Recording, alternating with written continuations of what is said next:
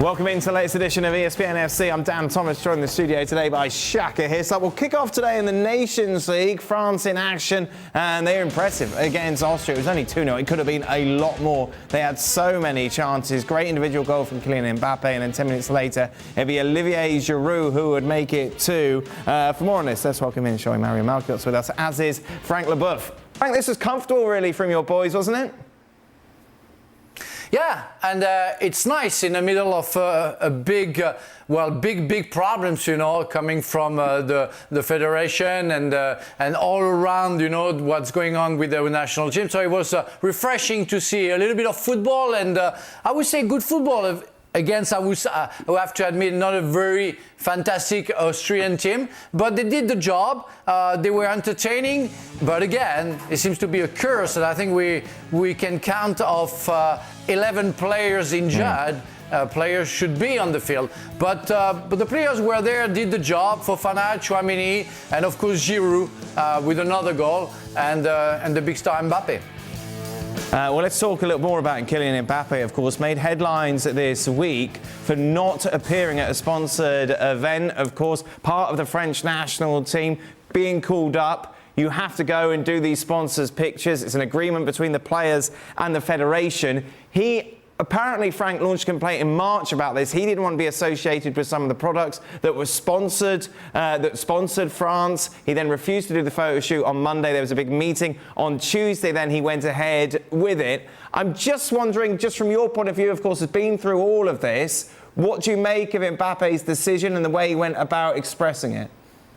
Well, I understand what he wanted to do, and it's a convention between the players and the French Federation, which appeared in 2010, I think. So I never been involved with that because I was already retired from the French national team. But we had some time, you know, picture that we had to take, not all the players, but some of the players, and something wasn't very clear. I was said, and I've been told, and I think the Mbappe clan wanted to clarify that and to change it, which is normal because it wasn't really legal from the French Federation. So the French Federation changed everything, I think, accepted Mbappe's demand, and everything seems to be clear. At least one thing is clear now, and we'll know next time there are pictures that we'll know if Mbappe is happy and if he comes and show up to do the pictures. Why is it Mbappe that's leading this? Why isn't it Hugo Lloris, your captain? Why does it take Mbappe to make a stand against this? That I don't know. The only thing I know is that he doesn't get that money. He gives to charities. It's why maybe he felt free to talk, while maybe the others, they get the money and don't talk about it. But it's more, let's say, a clan decision. His father, his mother, lawyers, agents, managers, you know, it's a big firm. And Mbappe, I guess, doesn't decide for everything, but I think it's to make the point that you have to resolve something. Somebody is a leader, and Mbappe is one of them, and he talked, and he was right in the case that he was defending. He was right to dispute the French Federation and to make sure they clarify the situation and they make it legal. How have the fans dealt with all of this, Frank? Where does he stand in their regard at the moment?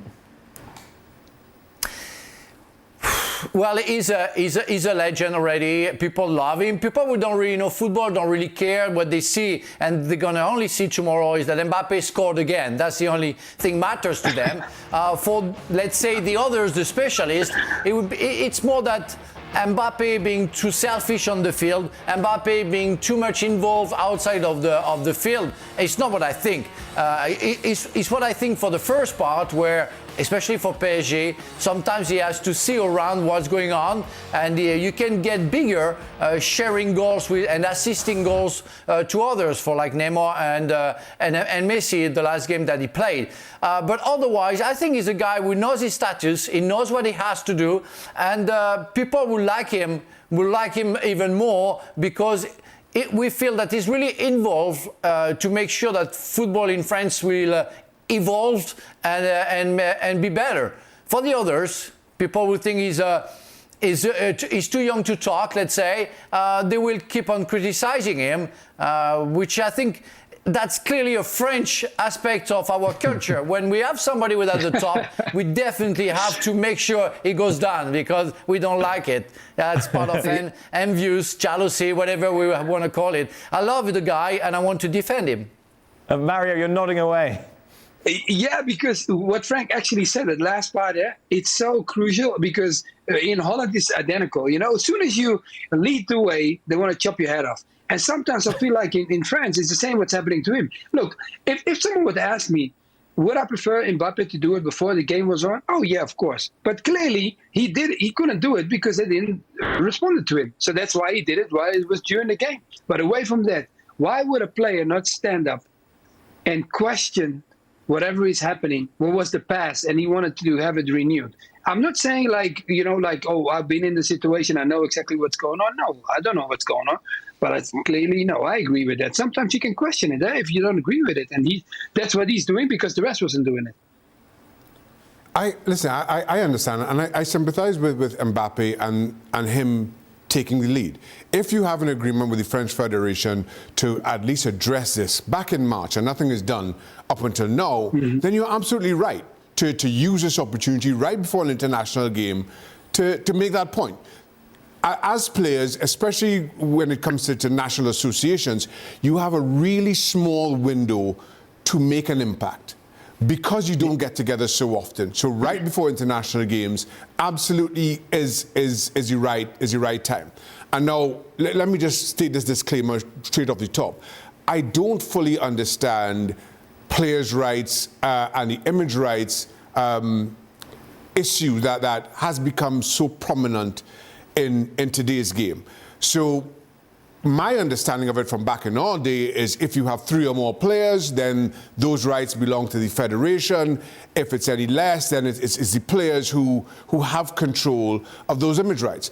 Now the concern here for me, and while again I fully sympathize with Mbappe and who he is aligned with, or who in this instance French football or what companies they are aligned with. And the concern for me is that as you go further, that you find yourself in this position where you have to contradict yourself. Right. Where all the good that you are trying to do ends up just feeling a little bit empty. Now, for argument's sake, Kylian Mbappe wears Nike. Let's say that France go on and win the World Cup, and now as part of that World Cup winning team, you are part of commercials for Adidas, for McDonald's, for Budweiser, who are all major sponsors of FIFA. Now you are making this stand against companies, against products with France, but then you win the World Cup and you have to be subject to being a part of those campaigns. And that's where the contradiction might come back to haunt him. Now, again, I say that without fully understanding it because it just wasn't a thing in our day. But you've seen this happen time and time again, even back from our day, when you had so many beer sponsors in English football, and you had players coming out and speaking out about where they were gambling or beer or whatever, but then they had the emblems blazed across the front of their club shirts. And that, for me, is where it always gets a little bit tricky. Frank, let's just talk about France overall, because there's just so many problems that Deschamps is trying to sort out going into the start of the World Cup, which is, just 2 months away. What's your biggest concern with this French side looking ahead to defending the title? I'm concerned because, you have to try to sort all the problems out, but at the same time, I think it was 1992 for the European Championship, 2002 for the World Cup, 2 years ago, 2020, really 2021 for the European Championship. Everybody made clearly France favorite to win the competition, and it's always been a disaster. So when in a perfect world, when everything worked well for France, it never works. But when we have issues, concern, problems, well, we become champion of the world in '98 with a bad French national team before. That is what the press and the media said. When in 2018 everything was but perfect. They won the World Cup, and at so many times, like the Italians they did in 2006 or in '82, with so many problems. I think Latin people needs to be in deep problems to be better, maybe, and to make the impossible being possible, and it's what it happened. So I'm concerned, but I know that the character and the personality of the players can allow them to dream of the impossible, which is, again, winning the World Cup. When you think of problems at World Cup and in fighting, you automatically think of the Dutch, though, don't you, Mario? You're very much the kings of that. How much? Look. I wasn't in the team at the time, but I was definitely part of I came after. And I think what we have, the Dutch, you know what the thing is, we are definitely a country that allows players to have the conversation with the coach or whatever it is. That's why I jumped on that situation where we were talking about Mbappe. But going on, we definitely have the conversation. What we do normally, we have a board, we have a group, and we talk about it, and some agreements and some disagreements. But away from that, when this happened in the national team, it was an interesting thing because they said that we had two camps. As soon as they mentioned the two camps, it really boiled over and it became a big fight. Okay, eventually we stepped down. There was a lot of things, sidetracking of it. And then it calmed down and everybody went back to his club. And then other things spiked down. But what the key thing was, I think, for Holland to come back on track was that everybody had to respect each other again. And I think that is by winning. I've never won it. I mean, Frank is clearly there, so he can talk about it. But I think when you among players that want to win a big tournament like that, you all got to respect each other, have the same objective, and the coach got to be strong enough to keep you together. And I think that's why the fight in Holland happened, because they didn't have that. Mario, Xhaka has them as third favourites going into the World Cup. Where would you have France? Third favourite? Yeah, well, I wouldn't mind that, but yeah. No, I would not give them third favorite. I'll drop them one because of the situation they. I'll give them fourth. Ah, there you go. Yeah. Well, who's the first three, Mario? Who do you have as 1, 2, and 3? I mean, Holland, I cannot let the Brazilians go. No. Hey, listen. I told you already before. God touched me because I'm a Dutchman. But if he didn't touch me, I wouldn't mind Brazilian or Argentinian. You see? Right. So, okay. Brazil, I give Brazil maybe one. I give Argentina, I have to put up there, man. Maradona will always be my hero. Then who else do I'm going to have? You know why I put Argentina there? Because I feel like as a team, people don't talk about them, but they're my best. And the Germans got to be always up there. The Germans, you cannot leave them out. Come on, whoever leaves Germans Who's out third? is Hey, crazy. who's third, Mario? He's got Germany, Argentina, Brazil and Germany. Oh, did you say Germany? Yeah. Hey, what about England, Mario? Yeah, come on now. Hey, look, I love your country, but no, my friend. Another time. Frank, where would you have France? And, well, right now with 11 players injured, in case they don't come back, I'm not sure they can be put third. Definitely Brazil first. Then I agree with the guys. Germany has to be put in the first 5, but I don't know. France can be of course champion of the world again, and the talent and the players, if they are all in good shape, is definitely there, and they can do it again. Let's say third, I think is a good position, and I agree with Xhaka because of course you have to. We also agree that Argentina, especially for Messi, needs to do something special. So I'm okay with the third position right now. No, but if they have the players back in shape, yeah, for sure. Elsewhere then in France's group, we saw Croatia beat Denmark by 2-1 to go top of the group. Well, just a reminder, plenty of content over on our ESPNFC channel on YouTube. We're up to 1.7 million subscribers. If you haven't done so yet, be sure to join us.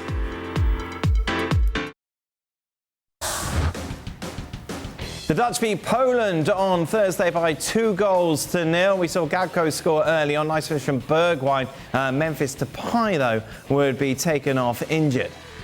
For more on this, let's welcome in Mario, who is still with us. Mario, good result?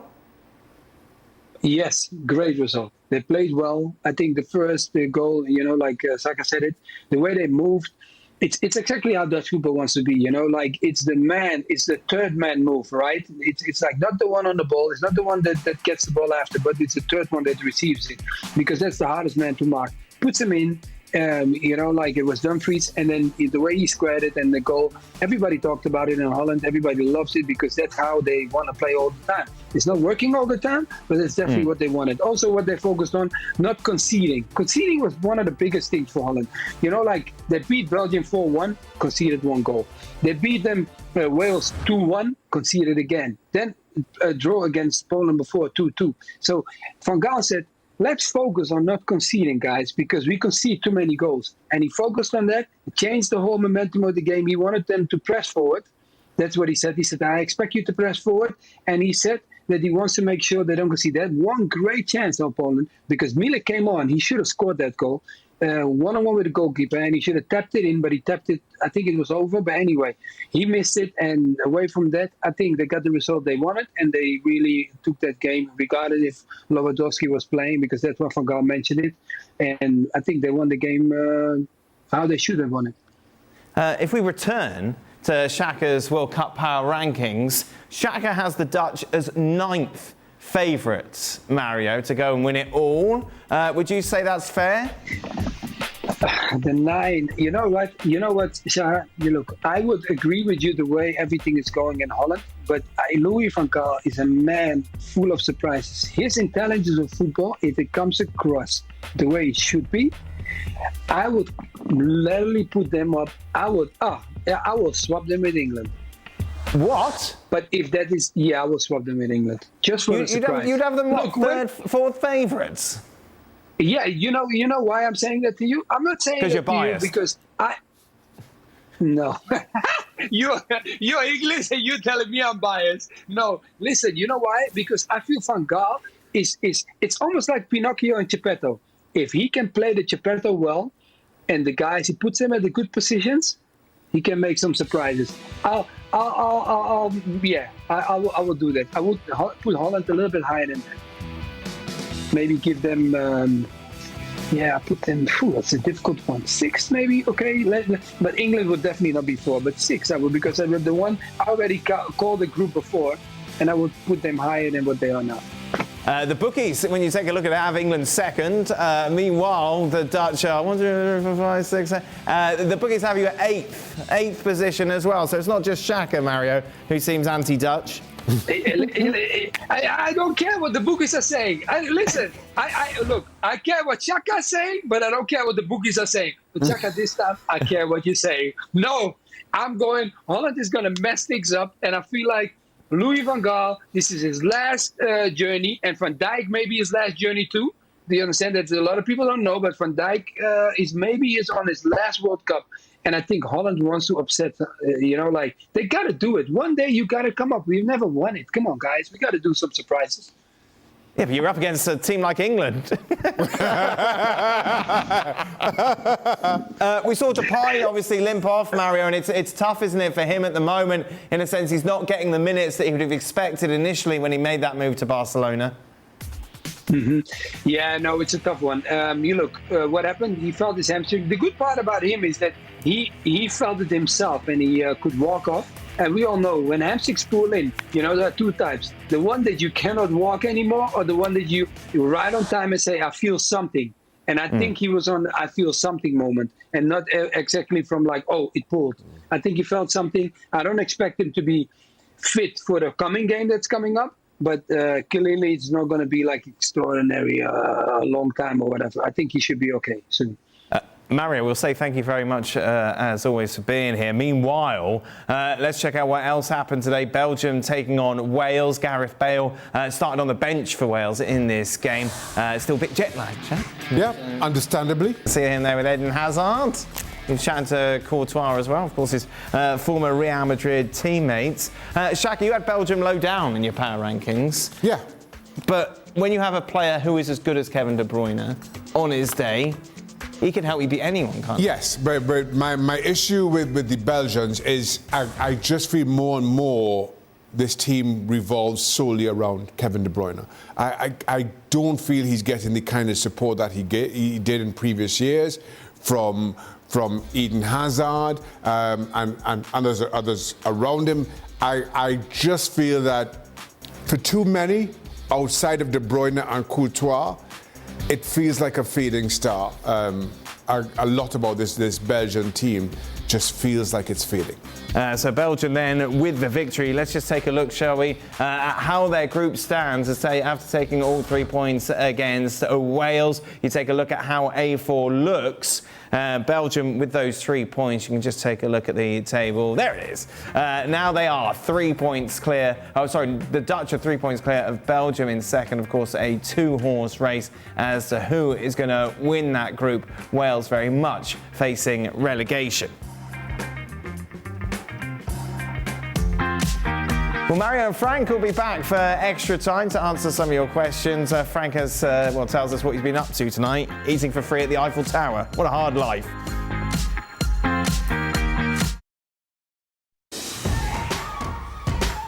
A couple of World Cup warm-ups for the US men ahead of the World Cup, which of course kicks off in November. On Friday, they're in action against Japan in Germany. Well, speaking ahead of the game, Greg Berhalter was asked about the mentality and body language of Christian Pulisic since the sacking of Thomas Tuchel. He was determined to fight regardless who was coach, and that was in his mind.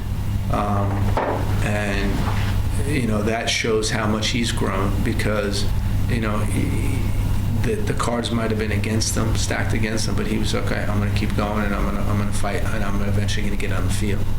And that was great to hear from him. And now with a new coach, I think it's a new opportunity for everyone, not just Christian. Every player in the squad has to show this new coach that they should be on the field.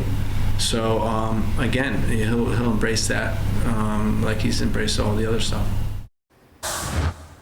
Well, Alexis Nunes is in Dusseldorf with the US team. Alexis, am I right in thinking that it should have been Pulisic at the press conference today as well? Yeah, Dan, you are absolutely right. I mean, when we came here, we were promised a very exclusive kind of roundtable chat, so to speak, kind of exclusive access as well, being the fact that we're right holders. We knew that, Greg Berhalter was going to be a part, and we thought Christian Pulisic too, but at the last minute they came in and said, look, Christian's not available for this anymore. Instead, you're going to get Weston McKennie, who still spoke very well about able to see Christian Pulisic, hanging in and around the hotel. I went to have a chat with a good friend of ESPN in Tyler Adams as well, and Christian was with him momentarily. But earlier today, we saw some images of him showing up at training, and everyone was kind of having a good time, joking around, and he was a bit frigid or looked a bit pensive or distracted, so to speak. And I think it does have something to do with the fact that since his book came out, he has received quite a bit of flack from the Chelsea fans, coming from London, as I just did yesterday. They were kind of split down the middle, some understanding his frustration under Thomas Tuchel, and the others saying, well, does he really have a leg to stand on? Because when he has been giving chances, I suppose Chelsea fans are still saying that they've expected a bit more from him, this Captain America that everyone has been talking about, the USA's quote-unquote Leo Messi. We've heard that comparison so many times. And I remember speaking to Greg Berhalter earlier on this year at the FIFA World Cup draw in Qatar, and we spoke about the anxiety and sort of pressure that Pulisic has felt, in being this leader of the USA's team, as well as even trying to step up for Chelsea. And he's still so young, and he's still kind of dealing with it, so to speak. So I think he was taken off to sort of shield him from some of the questions that were coming their way, because he definitely, since his quotes about his situation under Thomas Tuchel and those Champions League matches where he expected to have a lot more playing time, came out. I think a lot of them have had him in the firing line, but since then, everyone has continued talking about it. But for the most part, Greg Berhalter said that he is focused. He's just focused on the game tomorrow. He knows his role. He knows his leadership in this team. So for now, it seems so good, and it doesn't seem to be at least 100% getting to him. Well, let's talk about that game tomorrow in a little more detail, Alexis. Of course, one of the big question marks going into the World Cup in November is who is going to be the #1 goalkeeper for the US. We know that Zach Steffen, of course, won't feature in that clash against Japan. So it will be Matt Turner who's starting. And that's exactly what we're hearing. And it's such an interesting situation for the USA to have. You know, we were talking to all of the journalists that were there today. And, you know, when you come for a USA team in at least the last 2 decades, one position that has always been easy to pick, you know, whether it has been our friend Casey Keller or Tim Howard, you know, or Brad Gustin, any one of them, it has been the goalkeeper, you know, and now they've kind of been stuck between a rock and a hard place because you want to solidify that decision. And of course, we get the feeling that Zach Steffen is definitely going to be the preferred goalkeeper. He's going to be the #1. But then when you look at his recent stats, he didn't 100% impress in his stints at Manchester City. Now he's on loan at Middlesbrough, but even then he's had 6 appearances for Middlesbrough and let in 9 goals. And then he's been out for 4 matches with a knee injury. So they're wondering, do you bank on him based on this? And a lot of people questioning, you know, where he's playing right now. And then of course you have Matt Turner, who has impressed so far in the summer when he's filled in for the USA, but then he's only had 1 appearance in his Arsenal shirt. So do you go into a World Cup where you have a group with the likes of Gareth Bale and Wales and of course England, and you know you have that big match against England coming up, and you're hoping people like Zach Steffen is used to playing against a lot of these England players, but then Matt not necessarily having that much experience? It's like, who do you go with? So it's a very tricky position that the USA find themselves in, because they look almost spoiled for choice in every other decision. And, you know, even Greg Berhalter says that it does give him a headache at night choosing all his attacking players as well. But in goalkeeping, it really has everyone scratching their head. But it looks like it will be Matt Turner tomorrow for Japan. I'm not going to ask you how big a problem it is, Shaq, because it is a big problem. It's a huge problem. What's the issue with not playing? Or where does it affect the goalkeeper the most? You miss out on your match sharpness, not just in terms of your reaction and just kind of general game play, but in terms of reading the game, in terms of anticipating, and just finding that focus.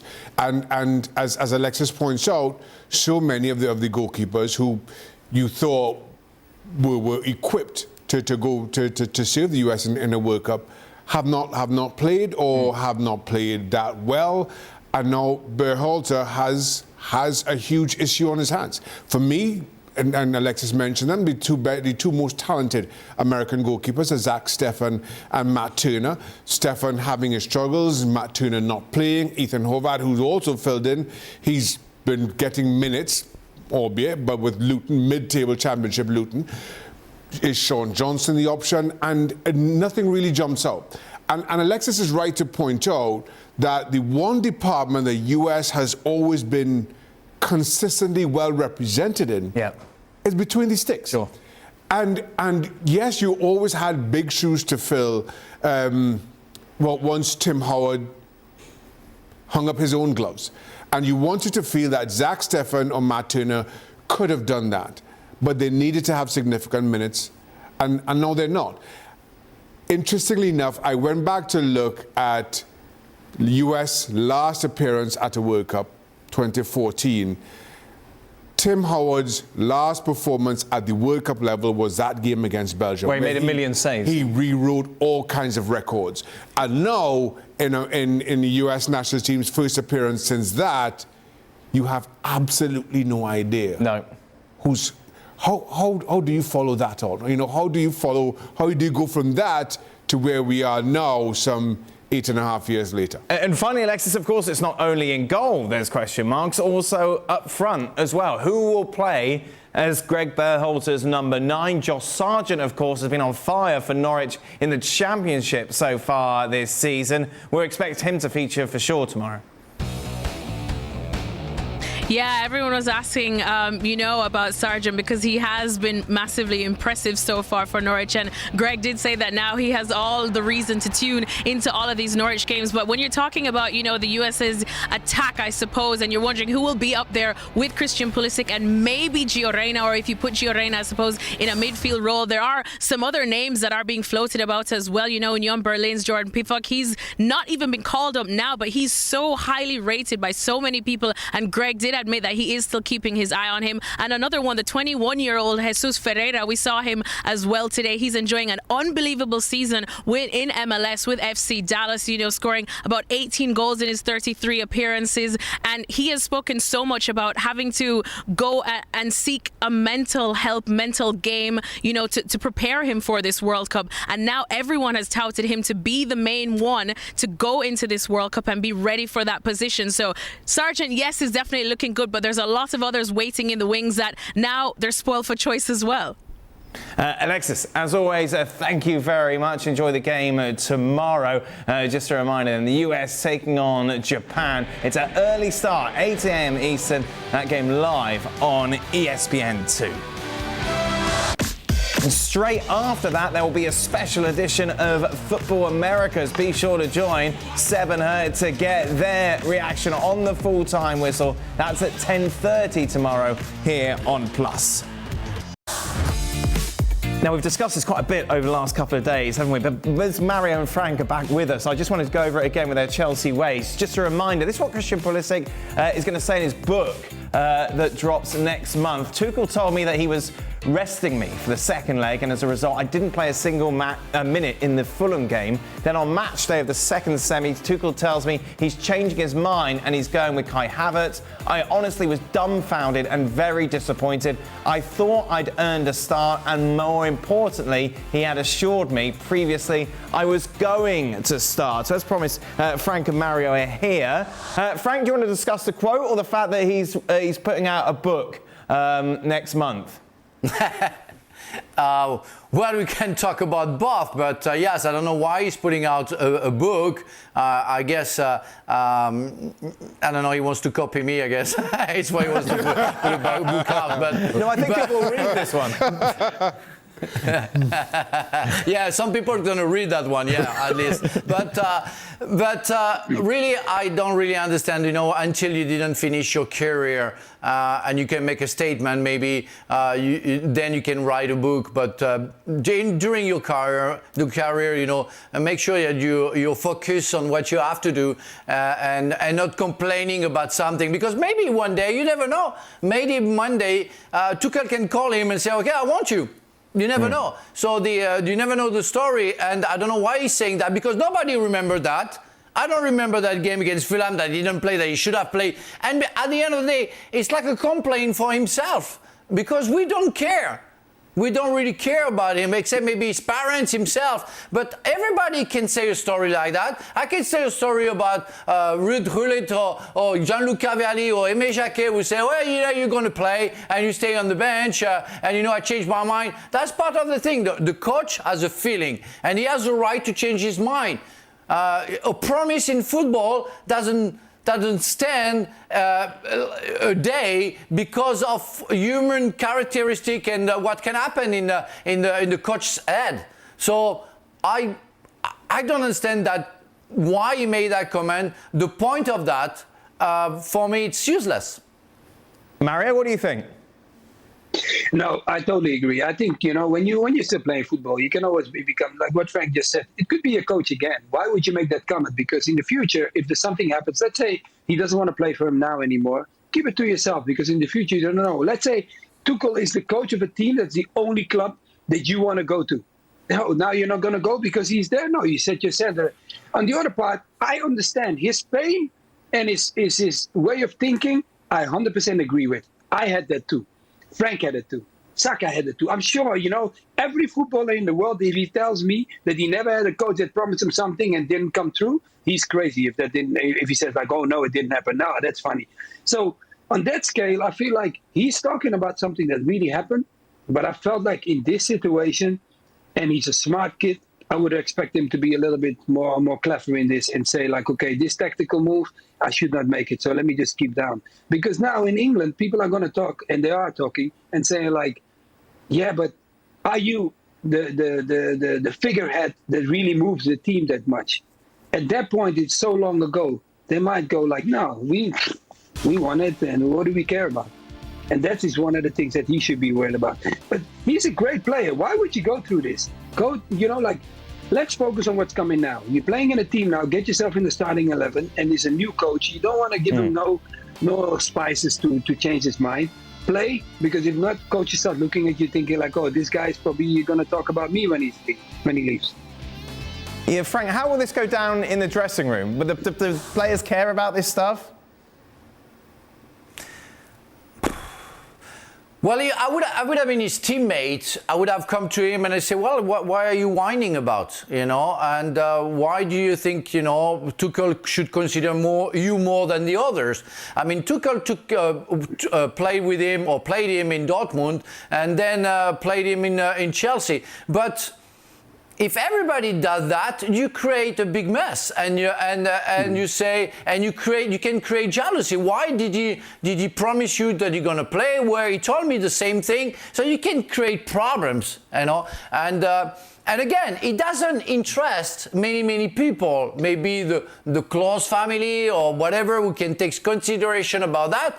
But in the dressing room, the guy will be considered as somebody again whining about small things. The more I see the statement from Christian Pulisic, the more I am amazed that he's talking about not last season, the season before, when they won the Champions League. When Chelsea won the Champions League. That everything about this statement makes more sense if we were talking about last season. Right. But nothing about it. How do you come out and criticize a coach for decisions he made in winning a title? That, and as Mario pointed out, as everybody pointed out yesterday, these things happen more than any of us would care to mention. Right. It's a part of the game. But it becomes valid when it doesn't work. When it works, Tuchel got it right. Yeah. And you cannot, you can't try to change that narrative. And so it makes less and less sense. The more I see it, the less sense it makes. Speaking of things that make less sense, the podcast, as always, is available over on the website. Not only do you have the show, but you have bonus material there as well. Be sure to go over there and check it out. That is it. That brings us to the end of today's show. Don't forget, tomorrow, of course, the US men in action against Japan. Nice bit of breakfast to watch that. And then you've got Football Americas straight after Live on Plus. Stay tuned for now, though, because Extra Time is next. Welcome into the latest edition of Extra Time. Thank you as always for your tweets. Shaka with me here in the studio. Frank Leboeuf, we had to wait a little bit for Frank to finish dinner. Well, who are you having dinner with tonight, Frank?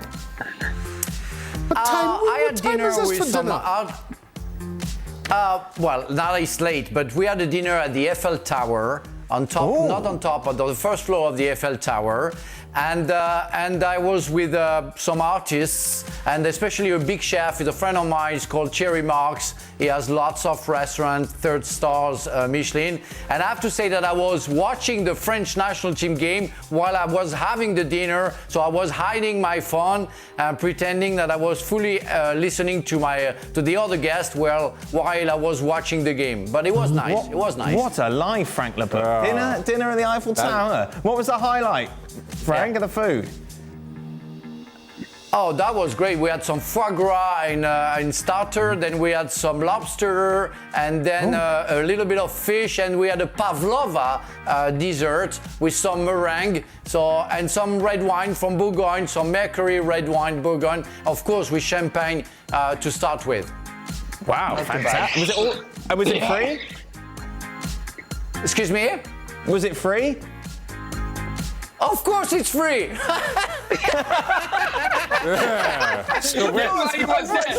don't pay for anything. Where's the invite? How do I get on that gig? Oh, brilliant. And what are you in shorts, Frank? I spent one night. I spent one night in the restaurant, not that one, but the one above, for 5 people, and I paid that day. I paid that night.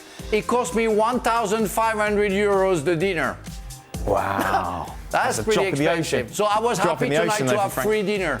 Yeah, no, that's all right. So you're off having posh dinners. Meanwhile, anyone who follows Mario on Instagram, do you follow Mario on Instagram? No. So Mario's on Instagram. What's interesting on Mario's Instagram, has a lot of pedicures. Is this a daily routine? Mary, I feel like I see your feet. But listen. Hey, listen. If a man don't go to a spa, pedicure, hiking, sport, guys, listen. We gotta do all the things we couldn't do when we were playing football. Now I enjoy my life. Allow me to enjoy. No, That's you can all I'm definitely saying. enjoy it. It just seems excessive pedicures. You're enjoying it too much. Look at Chaka. Hey, I will never stop, Chaka. I keep going. No, Right. Our time. Let's- Listen, wait. Before we talk, you know that where me and Frank come from. If you saw our training ground, trust me, this is luxury now. Where we came from, Frank, I came into the door and I saw Frank sitting. I was like, is this a box or something, Green? Yeah. And now it's all luxury. Yeah, back in the days, back in the old Chelsea days. Right, let's talk soccer ball. Shaka, how are Denmark and Senegal in your World Cup power rankings and not Portugal? It seems very disrespectful considering their squad has Diaz, Cancelo, Ronaldo, Bruno, Jota, Felix, Mendes and Silva. Got a point. He does.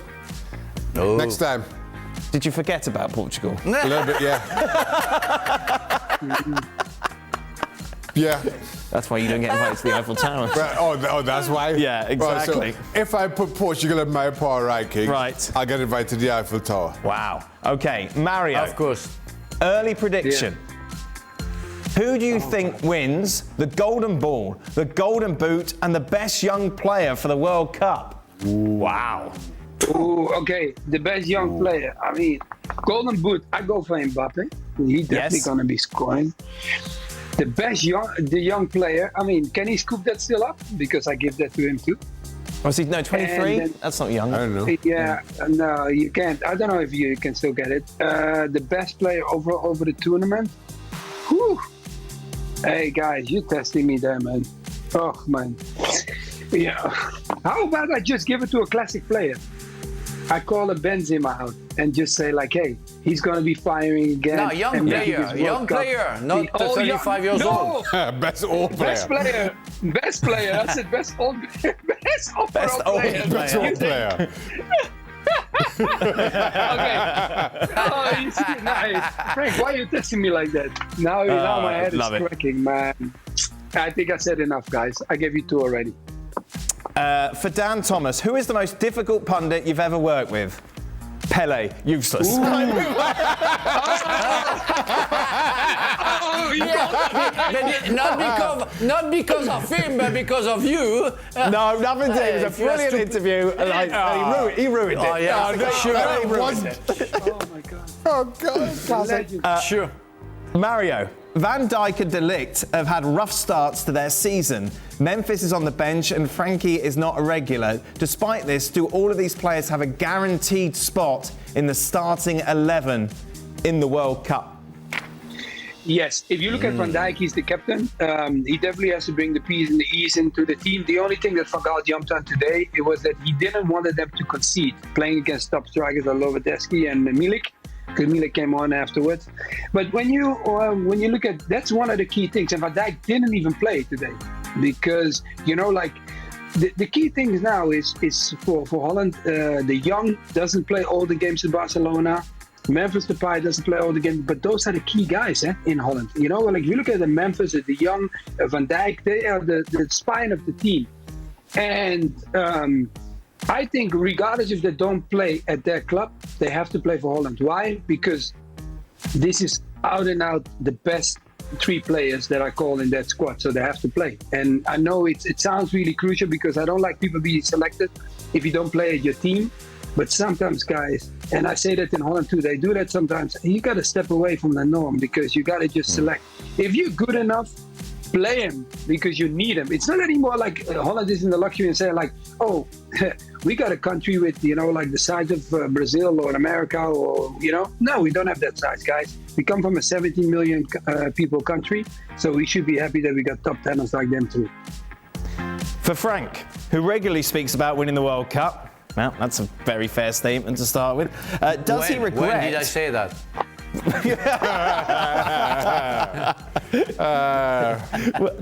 Do you regret, Frank, not winning the Champions League? Would you have made a different career choice looking back in order to achieve this?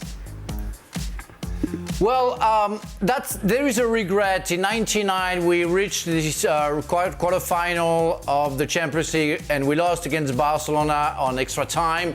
And I think Gianluca made the last change and made Bernard Lambaud coming in, but didn't know who he had to mark in the corner kick. And I shout to him, Mark Danny, and it was the 90th minute, and he didn't hear me. And then he scored, and they equalized and went on extra time. Lost Babayaro on red card and lost 5-1. And we got back to the dressing room, and we were so upset because we all thought that year when Manchester United won the Champions League, we would have been able to do so as well, and maybe win that Champions League. Otherwise, I never had the chance to be in a big club in my life. Chelsea was on his ascendance, but never thought about playing the Champions League when I signed for them. And so I didn't have a lot of game to play with the Champions League, but I won 10 titles in my career. I won the Cup Winners' Cup, I won the Super Cup, but I never had the chance to win the Champions League. But I never won a championship as well. I didn't win the Premier League because I think Chelsea didn't have all the tools to do so. But I played in a good club. I made Chelsea, I guess, well, we made Chelsea being better with Mario, with some other players, many other players. But I think Chelsea reached the top when Abramovich came and saw some other players with top level. But I don't have regrets. I think I've been fortunate to win so many titles, so many things, so many titles. But it's not a regret. The only time it was in '99. I thought we could have done better, but that's part of our life of footballers. 10 titles, everyone, in case you weren't listening. 10 titles for Frank. Yeah. That won't come up again. Yeah, that'll be repeated again. It's not a bad thing. Yesterday, Dan and I won the Don World Cup. In case you didn't know, I won the World Cup. Yes, we know, Frank. Don't worry. You had dinner at the Eiffel Tower. And free dinner at the Eiffel Tower. And you have dinner for free at the Eiffel Tower. Yeah. And you got a book out. And you got a sneakers deal. That's everywhere as well. my God. And you got a fancy home with a fancy roof. Yeah. You have a fancy roof too, yeah. When I came to Chelsea, he did shock me, though. I have to say that. I remember coming into the dressing room, open the door, and see maybe 3 World Cup winners in the dressing room. Frank Leboeuf, Yeah. Desailly, and Didier Deschamps. They're sitting in there, and I walk in, and I'm a young boy of 21 years old, trying to compete at that time with Didier Deschamps and Albert Ferrer for a position into the starting 11. And I was like, wow, this is real life. Okay, let's go. But they all won it. They won exactly what we all wanted to win. We all wanted to win it. Yeah. And was Frank And nice he to you, did it. Mario? He Did he did talk very to you? Were you allowed Frank- to look him in the eye? Yes. Frank was nice to me. I never had any problems with anybody of the team. You know, like I was a young boy. I had to learn from the guys that were in the game already way ahead of me. I learned a lot from them. I played with Frank. But the thing was, what was really key for me is that they made you feel welcome. I didn't feel like anybody was like making me feel like, well, what are you doing? No, I never felt that.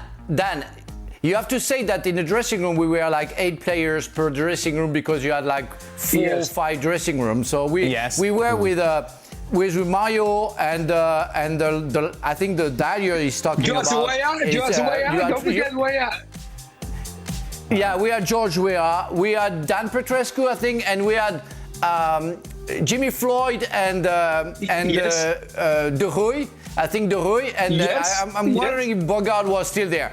And the only thing we loved them because they were very nice people. But you know, every time we were looking at each other, George, myself, Didier, and Marcel, because when they were talking to each other with their languages, you know, with the language, the Dutch, it's like they were insulting each other while they were talking nicely to each other. Yeah. But that was very strange for us. But they were talking more than me. When Craig is saying that I was talking a lot, you should have heard, you know, Jimmy Floyd. I said I'm talking to Mario Malcott, who talked to De Roy. That was something. That was really something. I was believing that story. I was believing that story up until Frank said they talk more than him. Yeah, that's not. You had me hooked. And then you go and say they were talking more than you. And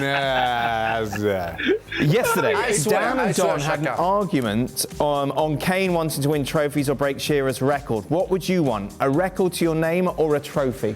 a trophy. We've had this discussion time and time again.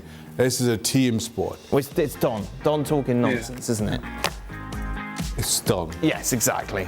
Did the panel, this is right up your street, Mario, with your music ways.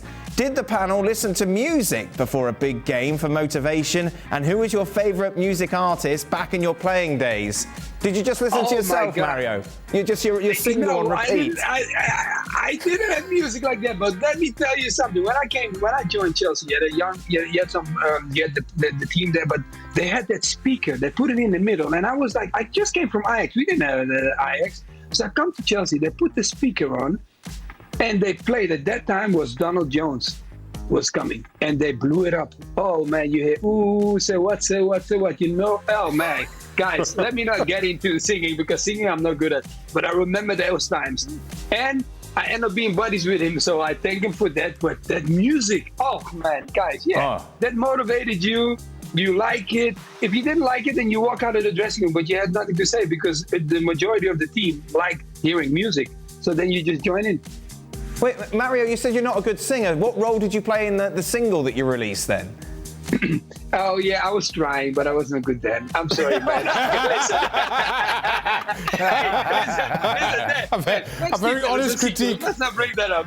I want to bring it up. Very honest critique. Did you write the lyrics as well? No, listen, I let's say it like this. I managed to live a life how an artist lived it. You know, go to the studio, record, go on TV. So I went on the biggest show in Holland, dancing, kids show, everything. But I tell you honestly, my friend, I was happy when it was over because we came in the top 100, but I was happy to jump out because music and singing, clearly I was a footballer because that's my singing and it didn't work. It came in the top 100?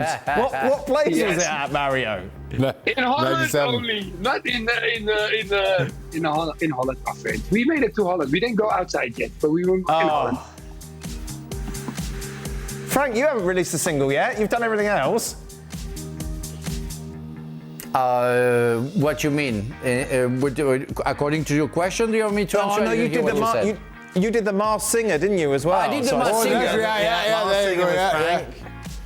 I didn't take lessons because I'm naturally gifted, you know, and I can sing fantastically.